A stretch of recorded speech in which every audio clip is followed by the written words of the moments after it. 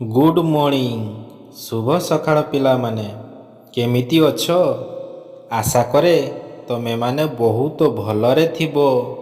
ପ୍ରତ୍ୟେକ ଦିନ ପାଠ ପଢ଼ୁଥିବ, ବିଦ୍ୟାଳୟକୁ ଯାଉଥିବ ଏବଂ ମୋର ଭିଡ଼ିଓ ଗୁଡ଼ିକ ସବୁଦିନ ଦେଖୁଥିବ। ଯେଉଁମାନେ ପ୍ରଥମ ଥର ପାଇଁ ମୋର ଏହି ଭିଡ଼ିଓଟିକୁ ଦେଖୁଅଛ, ଚ୍ୟାନେଲଟିକୁ ଲାଇକ୍ ଏବଂ ସବସ୍କ୍ରାଇବ୍ କରିଦେବ। ତ ଚାଲ ଆଜିର ଭିଡ଼ିଓଟିକୁ ଆରମ୍ଭ କରିବା।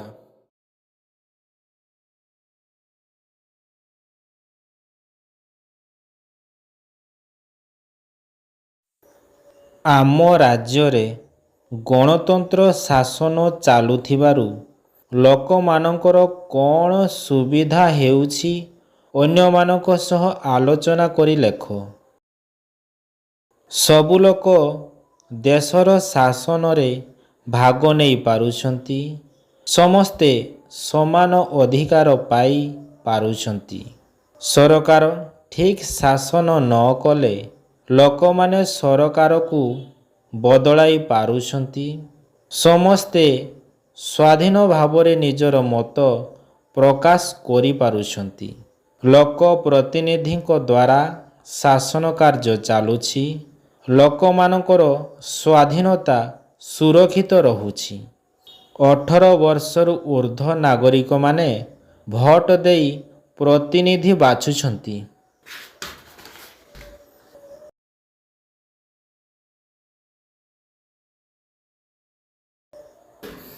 1 ନମ୍ବର, ପ୍ରତି ପ୍ରଶ୍ନ ତଳେ ଦିଆଯାଇଥିବା ଉତ୍ତରଗୁଡ଼ିକ ମଧ୍ୟରୁ ଠିକ୍ ଉତ୍ତର ବାଛି ଲେଖ। କ. ରାଜ୍ୟପାଳଙ୍କୁ କିଏ ନିଯୁକ୍ତ କରନ୍ତି? ମୁଖ୍ୟମନ୍ତ୍ରୀ, ପ୍ରଧାନମନ୍ତ୍ରୀ, ରାଷ୍ଟ୍ରପତି, ପ୍ରଧାନ ବିଚାରପତି। ରାଷ୍ଟ୍ରପତି। ଖ. କିଏ ନିର୍ବାଚିତ ହୋଇନଥାନ୍ତି? ମୁଖ୍ୟମନ୍ତ୍ରୀ, ପ୍ରଧାନମନ୍ତ୍ରୀ, ରାଜ୍ୟପାଳ, ରାଷ୍ଟ୍ରମନ୍ତ୍ରୀ। ରାଜ୍ୟପାଳ। ଗ. ନିମ୍ନଲିଖିତ ମଧ୍ୟରୁ କେଉଁ ପ୍ରକାର ଶାସନ ଆମ ଦେଶରେ ଚାଲୁଛି? ଗଣତନ୍ତ୍ର ଶାସନ, ସାମରିକ ଶାସନ, ରାଜାଙ୍କର ଶାସନ, ଏକଛତ୍ରବାଦ ଶାସନ। ଗଣତନ୍ତ୍ର ଶାସନ।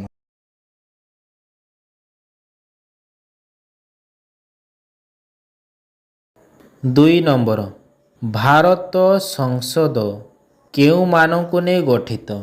ଭାରତର ସଂସଦ ଲୋକସଭା, ରାଜ୍ୟସଭା ଓ ରାଷ୍ଟ୍ରପତିଙ୍କୁ ନେଇ ସଂସଦ ଗଠିତ।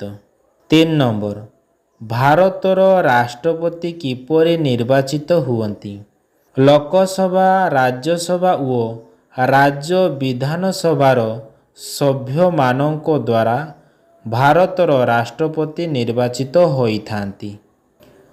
4 ନମ୍ବର, ଲୋକସଭା ଓ ରାଜ୍ୟସଭା ମଧ୍ୟରେ ଥିବା ପାର୍ଥକ୍ୟ ଗୁଡ଼ିକ ଦର୍ଶାଅ। ଲୋକସଭା। ଏହା ଏକ ସ୍ଥାୟୀ ସଭା ନୁହେଁ। ଏହାର କାର୍ଯ୍ୟକାଳ 5 ବର୍ଷ। ଏହି ସଭାର ସଭ୍ୟମାନେ ପ୍ରତ୍ୟକ୍ଷ ଭାବେ ଲୋକମାନଙ୍କ ଦ୍ୱାରା ନିର୍ବାଚିତ ହୁଅନ୍ତି। ବାଚସ୍ପତି ଏହି ସଭାର ସଭାପତି। ଏହାର ମୋଟ ସଭ୍ୟ ସଂଖ୍ୟା 545। ଆଙ୍ଗ୍ଲୋ ଇଣ୍ଡିଆନ ସମ୍ପ୍ରଦାୟର କେହି ନଥିଲେ ରାଷ୍ଟ୍ରପତି 2 ଜଣଙ୍କୁ ମନୋନୀତ କରନ୍ତି। ଏହି ସଭାର ପ୍ରତ୍ୟେକ ସଭ୍ୟ 5 ବର୍ଷ ରହନ୍ତି। ରାଜ୍ୟସଭା। ଏହା ଏକ ସ୍ଥାୟୀ ସଭା। ଏହି ସଭାର ସଭ୍ୟମାନେ ବିଧାନସଭାର ସଭ୍ୟମାନଙ୍କ ଦ୍ୱାରା ନିର୍ବାଚିତ ହୁଅନ୍ତି। ଉପରାଷ୍ଟ୍ରପତି ଏହି ସଭାର ସ୍ଥାୟୀ ସଭାପତି। ଏହାର ମୋଟ ସଭ୍ୟ ସଂଖ୍ୟା 250। ଏଥିରୁ 12 ଜଣଙ୍କୁ ରାଷ୍ଟ୍ରପତି ମନୋନୀତ କରନ୍ତି। ଏହି ସଭାର ପ୍ରତ୍ୟେକ ସଭ୍ୟ 6 ବର୍ଷ ରହନ୍ତି। ପ୍ରତି 2 ବର୍ଷରେ 1/3 ସଭ୍ୟ ଅବସର ନିଅନ୍ତି ଓ ସେମାନଙ୍କ ସ୍ଥାନରେ ନୂଆ ସଭ୍ୟ ଆସନ୍ତି। 5 ନମ୍ବର, ନିମ୍ନରେ କେତୋଟି କାର୍ଯ୍ୟ ଦିଆଯାଇଛି ସେହି କାର୍ଯ୍ୟଗୁଡ଼ିକ କରିବା ପାଇଁ କେଉଁ କେଉଁ ସ୍ତରରେ ନିଷ୍ପତ୍ତି ନିଆଯାଏ ଠିକ୍ ଚିହ୍ନ ଦ୍ୱାରା ଦର୍ଶାଅ। ଚଳିତ ବର୍ଷ ଓଡ଼ିଶାର ସମସ୍ତ କୃଷକଙ୍କୁ ମାଗଣାରେ ବିଜୁଳି ଶକ୍ତି ପ୍ରଦାନ। ରାଜ୍ୟ ଏକ ନୂଆ 1000 ଟଙ୍କିଆ ନୋଟ ପ୍ରଚଳନ।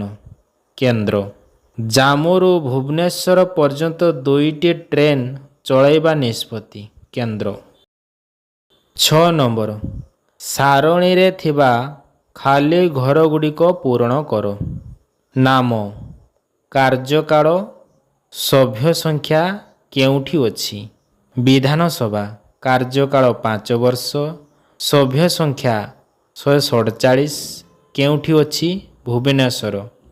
ଲୋକସଭା କାର୍ଯ୍ୟକାଳ 5 ବର୍ଷ, ସଭ୍ୟ ସଂଖ୍ୟା 545 କେଉଁଠି ଅଛି? ଦିଲ୍ଲୀ। ରାଜ୍ୟସଭା ସ୍ଥାୟୀ ସଭା, ସଭ୍ୟ ସଂଖ୍ୟା 250 କେଉଁଠି ଅଛି? ଦିଲ୍ଲୀ।